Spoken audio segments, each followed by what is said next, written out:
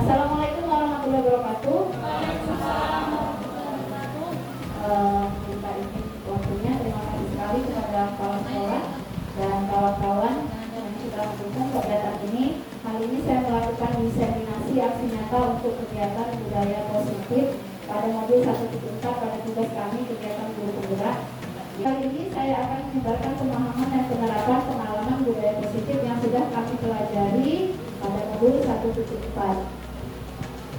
Konsep inti budaya positif di sini ada 8 yang akan saya paparkan dengan Bapak Ibu, yaitu perubahan paradigma belajar, kemudian disiplin positif, lalu juga ada nilai-nilai kebajikan, kebutuhan dasar manusia, lalu motivasi perilaku manusia, posisi kontrol guru, keyakinan kelas, dan segitiga restitusi.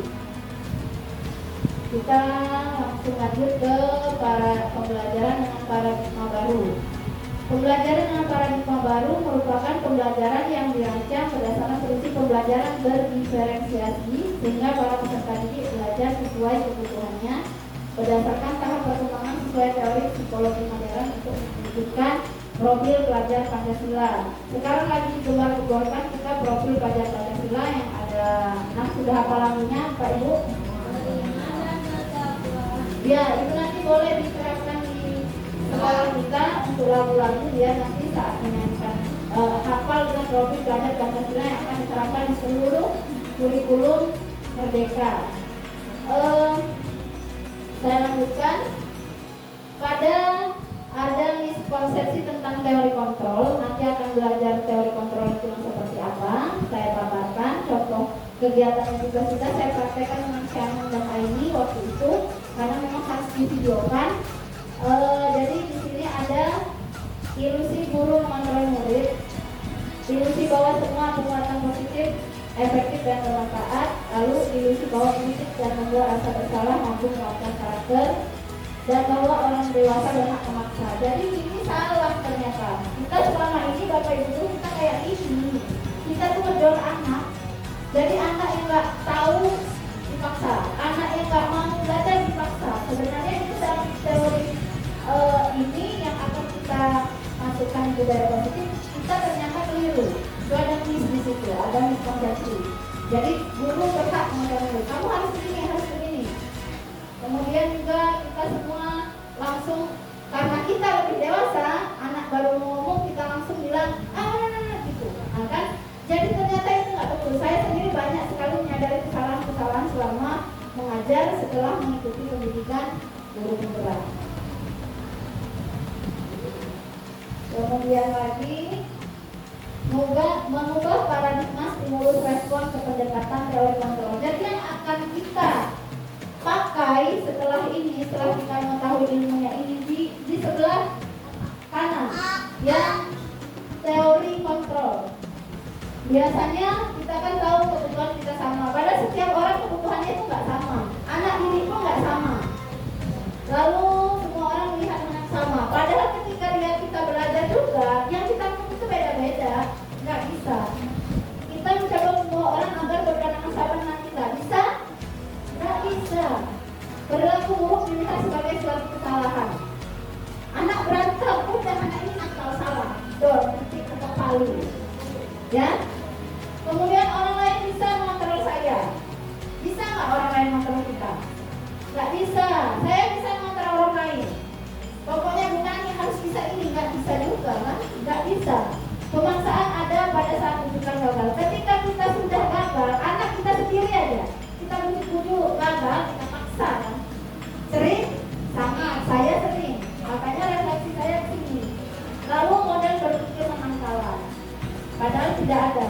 Yang kita akan terapkan sekarang adalah teori kontrolnya, bahwa kebutuhan kita itu berbeda, setiap orang memiliki gambaran berbeda, lalu kita berusaha memahami pandangan orang lain tentang dunia, dan semua perilaku memiliki tujuan. Bisa jadi anak berantem itu dia mempertahankan prinsip dia mempertahankan apa yang jadi diri dia.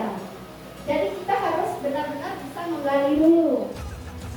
Kemudian hanya kita yang bisa mengontrol, betul. Cuma kita yang bisa, walaupun orang lain ngomongin seperti apapun, hanya kita yang bisa mengontrol. Mau berlaku emosi kan? mau sabarkah, mau bagaimanakah, kita sendiri yang bisa. Dan kita tidak bisa mengontrol orang lain, sehingga kita bisa menciptakan kolaborasi dan pilihan-pilihan baru serta model berpikir menang-menang. Jadi ketika misalnya ada selisih, ada konflik, nggak ada yang menang kalah, tapi menang-menang. Nanti akan kita lihat. Selanjutnya lanjut ke disiplin positif, berasal dari kata disiplin yang artinya belajar, bisa Bapak Ibu baca, mengacu pada disiplin diri yang memiliki tanggung jawab terhadap apa yang dilakukannya berdasarkan nilai-nilai yang diyakini. Sehingga salah satu cara adalah membuat kesadaran serta memberdayakan sifat diri tanpa imbalan, reward, ancaman atau hukuman. Ini Pak yang masih jadi kegalauan kami. Karena ternyata reward, penghargaan berbarengan sama ada hukuman. Kenapa nggak boleh? Karena berarti katanya anak itu mau belajar itu karena penghargaan. Dia nggak mau belajar dari diri dia sendiri. Jadi dia mau karena mau dapat piala, dia karena mau dapat hadiah buku. Itu mungkin maksudnya. Jadi tujuan kita pendidik menciptakan peserta didik yang memiliki disiplin diri sehingga berperilaku mengacu kepada nilai-nilai kebajikan universal dan memiliki motivasi mendidik dalam perubahan perilaku ke arah yang lebih baik.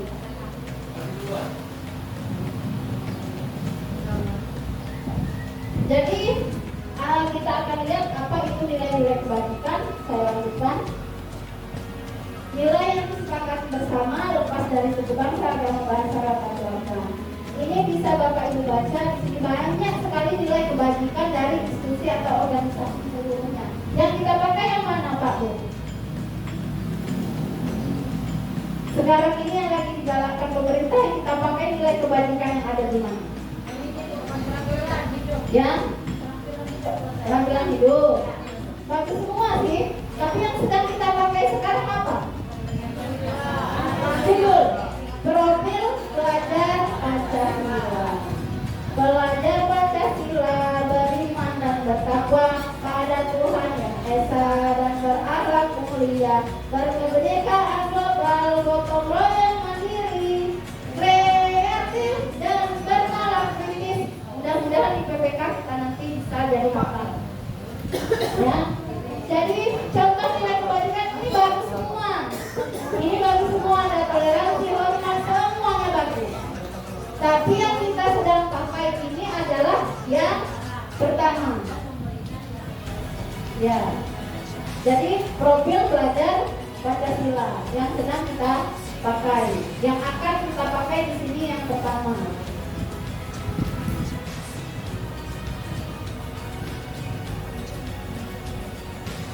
Nah, selanjutnya kebutuhan dasar manusia adalah segala sesuatu yang kita lakukan untuk mendapatkan apa yang kita inginkan. Seluruh tindakan yang kita lakukan memiliki tujuan tertentu dan semua usaha terbaik yang kita lakukan adalah dalam rangka agar kebutuhan dasar kita terpenuhi. Jadi kebutuhan dasar itu ada 5 atau 6. Coba saya buka dulu. Setiap manusia itu maunya ini, mau ada 5. Bertahan hidup. Semua kita ini pasti jadi anak-anak dan kita sendiri ini butuh ini. Yang pertama punya makanan, pakaian, tempat tinggal, butuh semua. Makanya ketika anak ngantuk, lesu, kemungkinan dia nggak cukup kebutuhan dasar bertahan hidupnya. Kenapa? Dia belum sarapan, atau rumahnya bocor, atau dia kebanjiran. Jadi kita jangan marah dulu, atau dia lupa bawa apa. Lalu kasih sayang, rasa diterima. Ini butuh semua orang, nggak usah lah yang anak-anak. Kita butuh rasa kasih sayang. Lalu penguasaan, dia butuh harga dirinya ada. Setiap anak itu punya harga diri, mau diangkat, keinginan memimpin.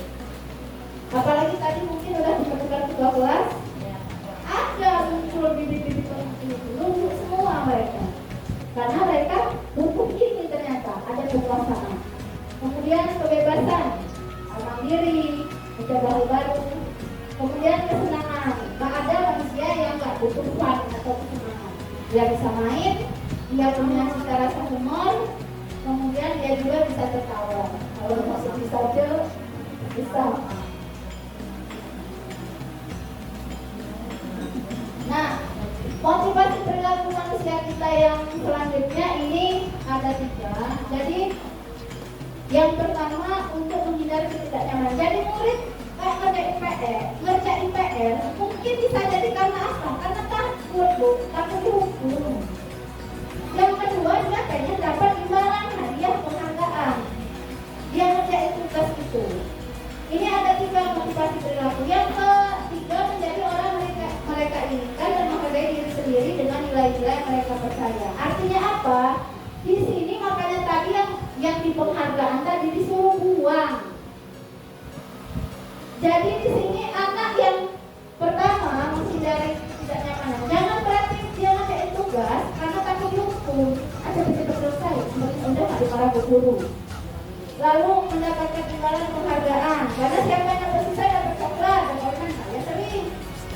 Tapi ternyata di sana nggak boleh karena itu motivasi dari luar, ekstrinsik, bukan dari dalam diri dia yang intrinsik. Jadi harusnya kita yang buat bagaimana anak kita senang belajar, mau belajar dari dalam diri dia sendiri. Bukan hukuman. Nah, jadi kan kita ada 3 kalau misalnya kita mau memberikan menyikapi masalah-masalah anak. Yang pertama langsung dihukum, pakai hukuman, nggak terencana langsung aja. Hukuman fisik bisa, psikis bisa memang. Kemudian ada hukuman, misalnya terlambat, keliling lapangan kamu. Itu kan nggak ada hubungannya sama terlambat.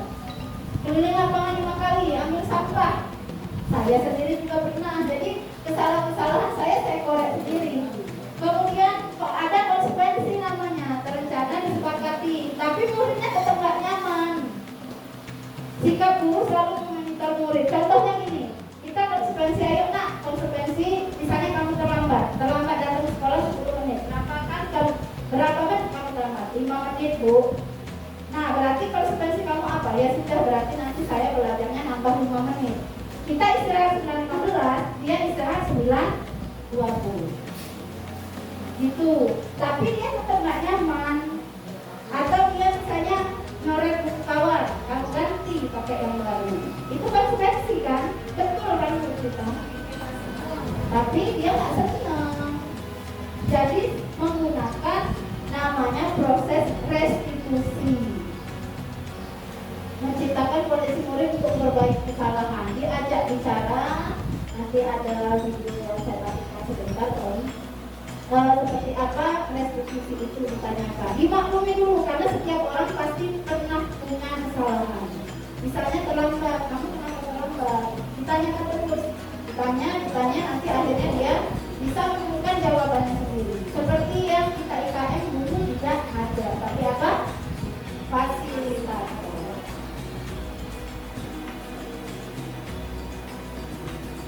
Nah, ini 5 posisi kontrol dulu, Bapak Ibu. Yang pertama ada penghukum, yang kedua membuat merasa bersalah, yang ketiga sebagai teman, yang keempat pemantau, yang kelima manajer. Yang sebagai penghukum pasti kita semua mungkin pernah, saya pernah tiba-tiba menghukum aja langsung, ancam, sangat sering. Sebagai membuat rasa bersalah, yang ibu kena marah kepala sekolah kalau kamu kayak ini, sangat sering, salah pula. Sebagai teman, terlalu dekat, ini sudah kurang baik karena dia akan bilang, Bu, santai aja Bu, gampang. Itu udah posisi sebagai teman, nggak boleh juga. Pemantau, dikit-dikit monitor, terus awas sampai kamu langgar peraturan, dikit-dikit ngomongin gitu. Yang boleh manajer, tapi bukan berarti 5 ini nggak boleh Bu. Artinya mana yang paling baik? Yang paling baik adalah manajer. Tinggal kita merenung, merefleksi mana kita yang paling baik, yang dia buat anak menjadi nyaman. Nah, dia disuruh menjadi manajer sebagai posisi kontrol dulu. Nah, contohnya ini penerapan tadi. Ini kasusnya siswa tidak memakai atribut lengkap saat upacara bendera. Di sini korban bendera 1 jam. Posisi apa dia? Sebagai guru, sebagai apa? Guru menghukum di bawah. Nah, lalu berbuat merasa bersalah nih. Berapa kali Bapak Ibu bilang bawa apa? Dasi, bawa topi. Kamu ini ngecewain ibu terus.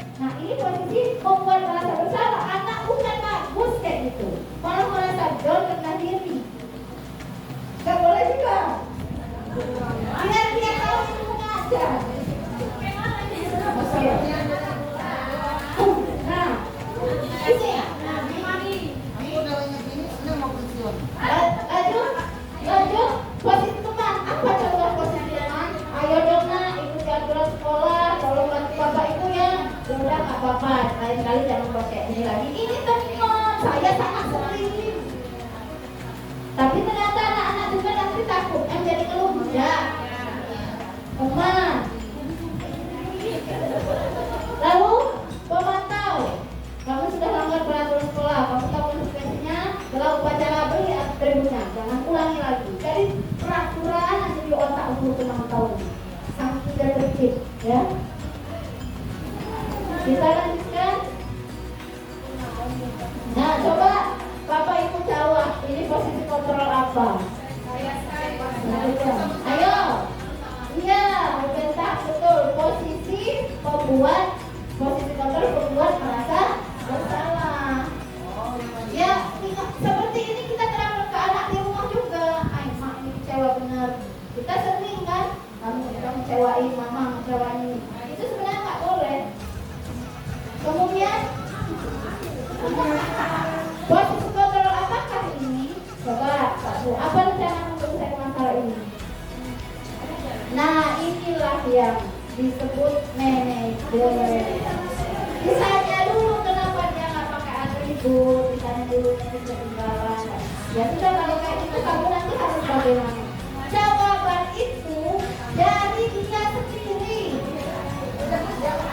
Jangan harus sabar. Nah, yang ini, ayolah lakukan dari Bapak Ibu ya. Apa ini posisi apa? Teman, betul. Jadi teman, enak ya? Kalau lama batin kita buat tulis absen Ibu. Wah.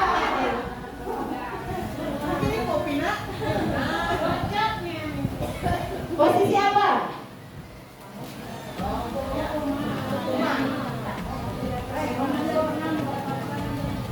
Apa ini? Kamu tidak pernah menilai jika tidak mengerjakan tugas. Penghukum, betul. Sebagai iya, kita itu menghukum anak kalau nggak dapat tugas itu. Udah. Nah, lanjut. Jadi tadi posisi kontrol sudah. Jadi 5 ya Pak Bu. Yang paling tepat adalah manajer. Keyakinan kelas. Sekarang di kurikulum Merdeka dan di peraturan guru penggerak, bukan peraturan, di pelajaran materi yang kami ajarkan, peraturan sekolah itu jangan lagi disebut peraturan. Disebut, dirubah namanya menjadi keyakinan. Peraturan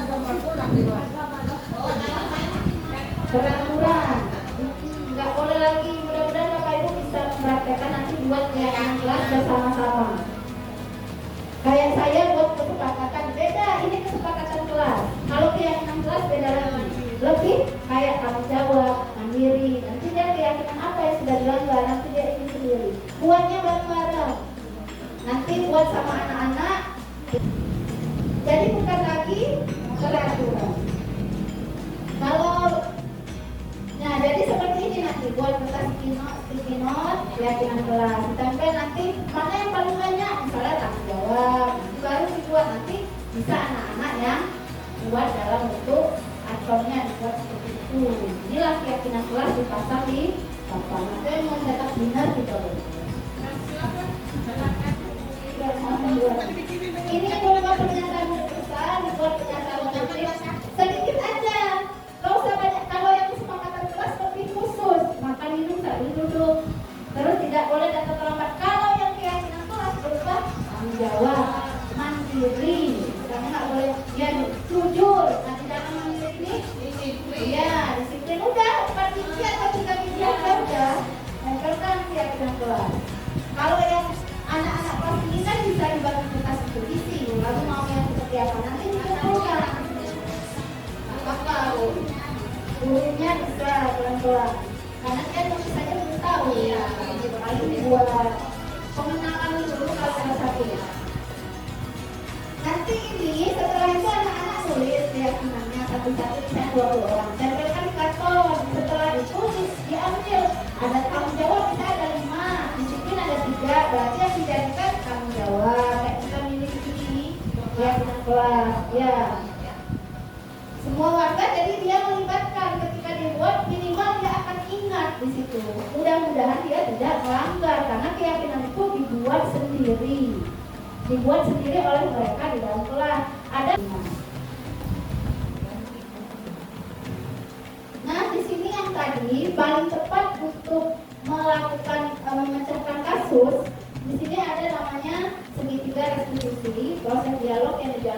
dulu agar menghasilkan murid yang mandiri dan bertanggung jawab. Yang pertama di sini ada menstabilkan identitas dulu. Yang kedua, validasi tindakan yang salah. Yang ketiga, menanyakan keyakinan. Contohnya begini Pak Bu, misalnya ada anak 2 berantem kelas. Kalau bisa sekarang kita selesaikan antar, jangan pernah dibawa ke kantor, dihakimi oleh seluruh guru. Itu langsung berdoain anak-anak. Jangan dihukum, selesaikan kelas, jangan dibawa ke kantor apapun di hadapan kepala sekolah. Jangan kita kira walaupun dia sebandel apapun, tapi hati dia nimut. Seumur hidup akan diingat ibu itu yang bawa aku ke kepala sekolah, katanya. Memang ya ternyata memang efeknya ada. Kita aja pasti punya pengalaman enggak bagus kan sama guru kita. Saya SD ada, SMP ada, gimana dia merendahkan kita ada, Bu, Pak. Jadi jangan sampai kita sampai kayak gitu. Allah paling kamu nanti jadi apa gitu. Digituin langsung rasa nancep. Kayaknya kata-kata biasa, Pak. Jadi jangan dibawa di hati itu beramai-ramai di bumi. Nah, kalau memang anak itu kalian. Diselesaikan aja. Misalnya kelas kedua, ditanyakan, ini namanya menstabilkan identitas ketika dia lagi emosinya. Kamu kenapa? Satu dulu yang ngomong, nanti ditanyakan lagi. Nah, baru setelah dia cerita, emosinya agak reda, masuk ke validasi tindakan yang salah. Agak didukung, itu kamu karena pena kamu diambil sama dia, mungkin ibu juga akan melakukan hal yang sama dengan kamu kalau melakukan seperti ini. Manusia memang gak ada yang sempurna, ibu juga akan seperti ini, begitu kan? Ya memang benar, luar biasa. Divalidasi tindakan ibu juga, tapi ibu syukur kamu tidak melakukan hal yang lebih buruk dari ini. Misalnya kamu ngecek dia atau kamu mukul dia. Itu baru nanti menanyakan keyakinan, karena keyakinan tadi sudah jadi, kita sudah buat. Sekarang itu kan keyakinan kalau apa yang kita buatkan, misalnya saling menyayangi ibu misalnya, atau kasih sayang. Kan itu nggak boleh berantem. Kalau kasih sayang di dalamnya berarti nggak boleh berantem. Jadi kasih sayang, oh ya Bu, saya melanggar yang kasih sayang. Nah sekarang kalau misalnya udah itu harus bagaimana? Ditanya lagi, ya saya minta maaf Bu, tanya lagi, terus akhirnya selesai, perbaikanlah peluangnya.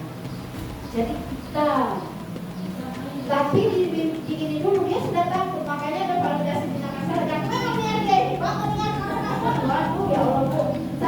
Nah ini contohnya menstabilkan identitas itu tadi, berbuat salah itu aja. Contoh kata-katanya kita mau menghadapi anak, tidak ada manusia sempurna. Ibu bapak juga pernah melakukan itu.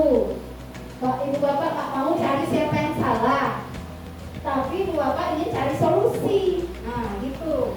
Lalu kamu berhak merasa begitu. Kalau yang satu lebih di ini kan memang sebagai korban. Nah yang validasi tindakan yang salah tadi, kamu pasti punya alasan mengapa melakukan itu. Mungkin dia tadi nendang kawan saking jengkel, pasti punya alasan. Nah terus padahal kamu bisa melakukan yang lebih buruk dari ini ya, dapat syukur kamu nggak melakukan hal itu. Bisa, berarti dia dari yang emosi terus nanti dia reda. Kita lanjutkan. Tinggal buat slide. Menanyakan keyakinan, yang sudah saya paparkan tadi, apa keyakinan kelas kita? Nah, apa yang sudah dilanggar? Nah, nilai kebajikan apa yang sudah kita sepakati yang dilanggar?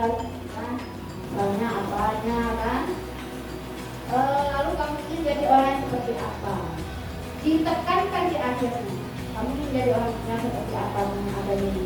Saya pengen jadi orang yang penyayang Bu. Kalau saya Bu, anak itu nggak jawab sama sekali, kali terus itu yang kamu juga bingung. Yang anak SD kalau ditanya kelas 1 kayak mana katanya, nangis pula.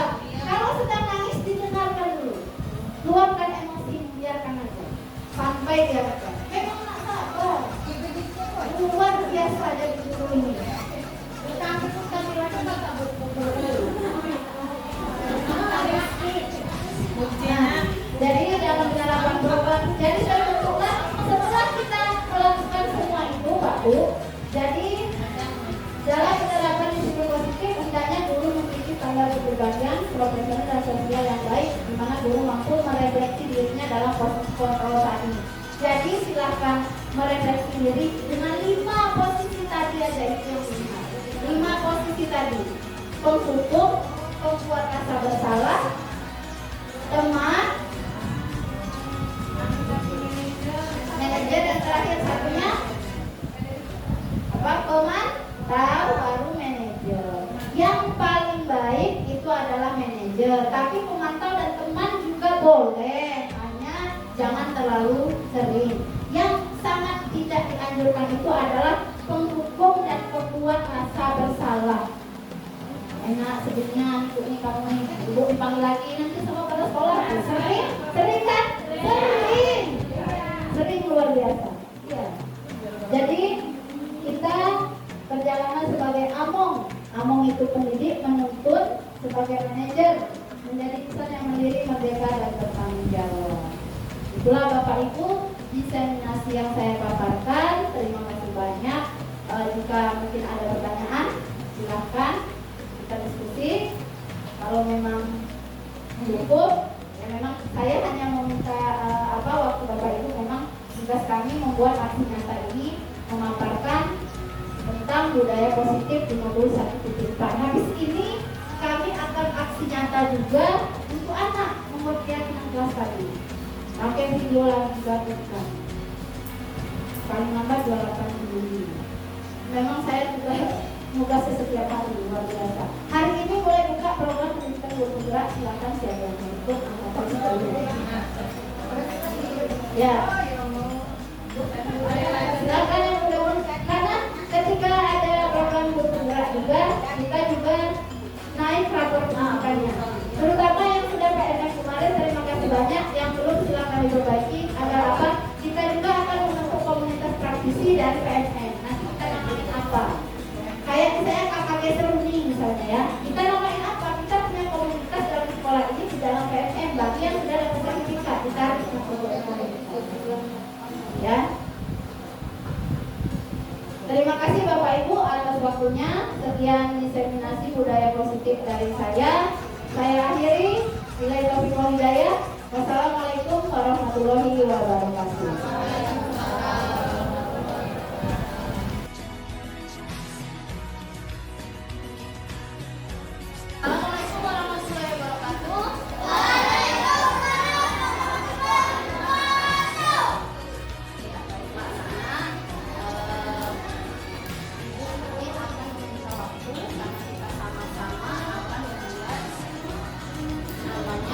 Keyakinan kelas. Kalian tentunya tahunya waktu itu nama-namanya apa? Selain apa? Keyakinan baru dengar kan? Baru dengar dari ibu kan? Keyakinan kelas. Dulu namanya apa? Bukan, yang lain. Ya, dulu kita udah kemarin sudah buat kesepakatan. Yang sekarang keyakinan. Dulu kalau namanya apa?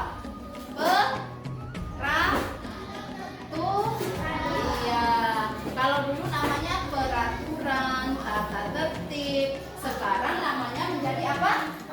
Dirubah jadi keyakinan. Kenapa dirubah jadi keyakinan? Biar tertanam dalam diri kita bahwa kita yakin tentang apa? Suatu hal yang akan kita yakini dalam kelas agar kelas kita lebih menjadi bagus. Ya. Dan ingat, keyakinan kelas atau kesepakatan kelas itu tidak menggunakan kata yang negatif. Misalnya jangan tidur dalam kelas. Gak boleh lagi, harus menggunakan kata positif. Jangan buang sampah sembarangan. Sebenarnya bagus, tapi harus buanglah sampah pada tempatnya. Pakai kata yang positif, bukan dengan kata yang larang atau negatif. Nah, paham nggak? Hari ini kita akan membuat keyakinan kelas yang akan kita pakai di kelas kita, ya, yang akan kita pakai di kelas kita. Contohnya apa yang ingin kalian sepakati di dalam keyakinan kelas kita ini, nanti akan ibu bagi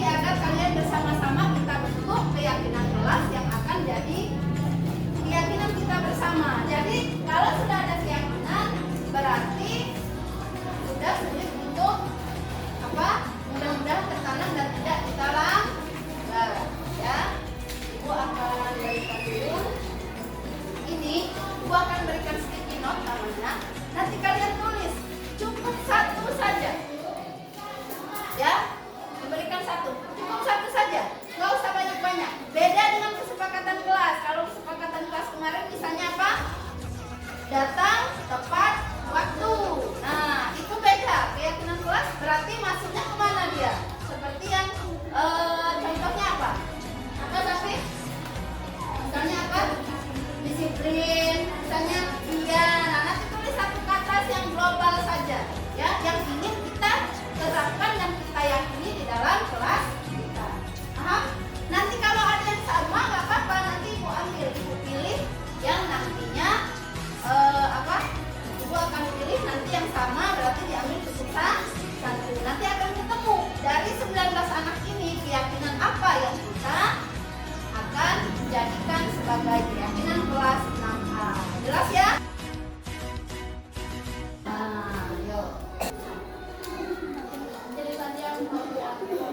Satu aja yang ingin kalian yakini di dalam kelas kita, ya. Ayo, ini aja. Nah, kau ya. Boleh. Ini.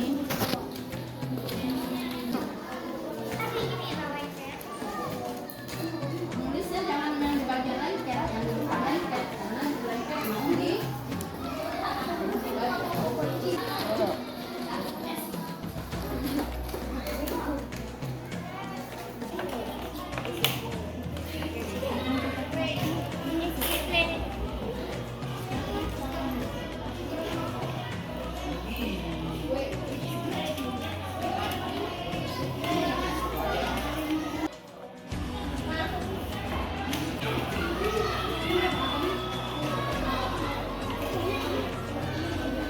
Ya, tempelkan di sini.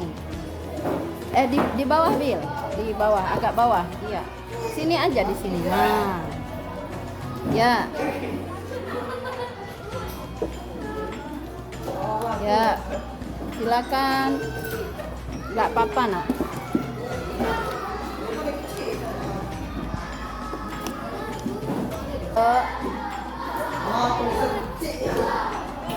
Ayo terus.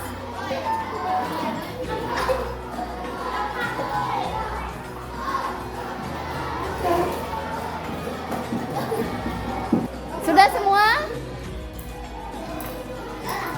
Kalau ada yang sama nanti ibu ambil ya. Jadi nanti yang udah sama kita cukup ambil satu. Oke, disiplin sudah. Berani. Nanti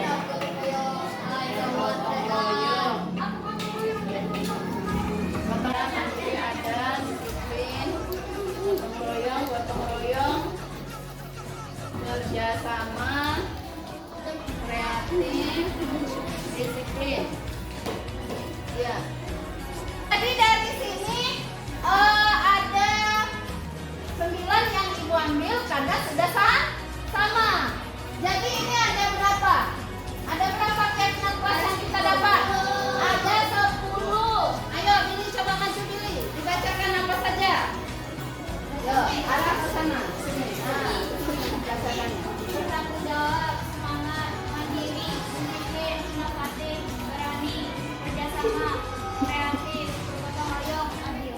Ya. Tepuk tangan buat Billy.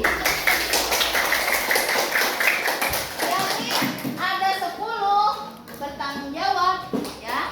Semangat, berarti harus semangat belajar, mandiri, disiplin, inovatif, berani, adil, bergotong royong, kreatif, dan kerjasama. Oh, di sini ya. Di keyakinan kelas 6A ada berapa? 10. Mudah-mudahan ini bisa kita taati. Misalnya ada yang nggak mengerjakan PR, berarti dia melanggar apa? Melanggar keyakinan kelas yang disiplin dan bertanggung jawab. Ada yang pas kerja kelompok dia nggak mau kerja, berarti dia melanggar keyakinan yang kerjasama. Nah, itu masuk di dalam ini agar kita memahami bahwa keyakinan kelas kita, bahwa kita sendiri yang membentuk dan itu yang akan kita yakini dan berusaha untuk kita taati. Sampai di sini paham anak-anak? Ya, baiklah. Terima kasih. Keyakinan kelas kita sudah itu. Ibu mengucapkan terima kasih kepada kalian. Nanti kita akan menandatangani keyakinan kelas ini bahwa artinya kalian sudah menyepakati bersama-sama. Ya, habis ini kita akan menandatangani.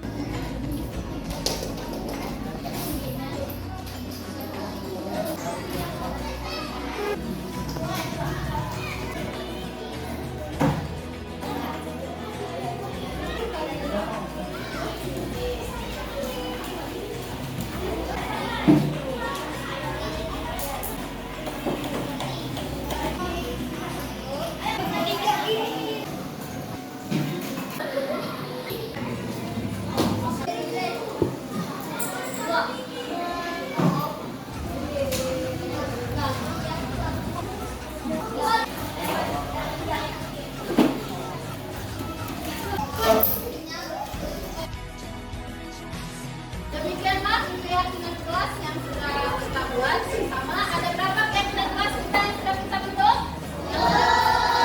Ada 10. Apa saja? Tanggung jawab, mandiri, semangat, berani,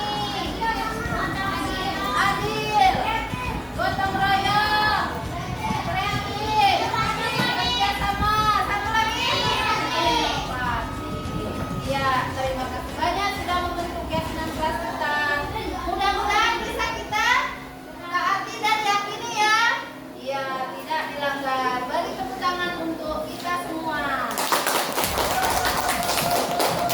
Akhiri, Assalamualaikum warahmatullahi wabarakatuh.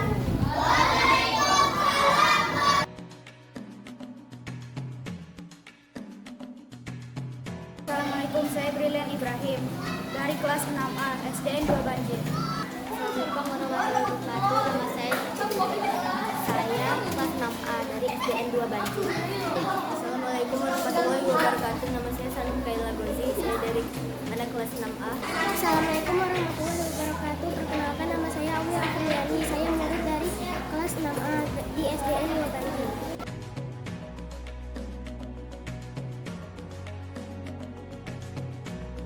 Sangat senang, seru sekali. Senang karena seru sekali. Sangat senang sekali. Iya, sangat penting. Penting sekali. Penting sekali. Sangat penting.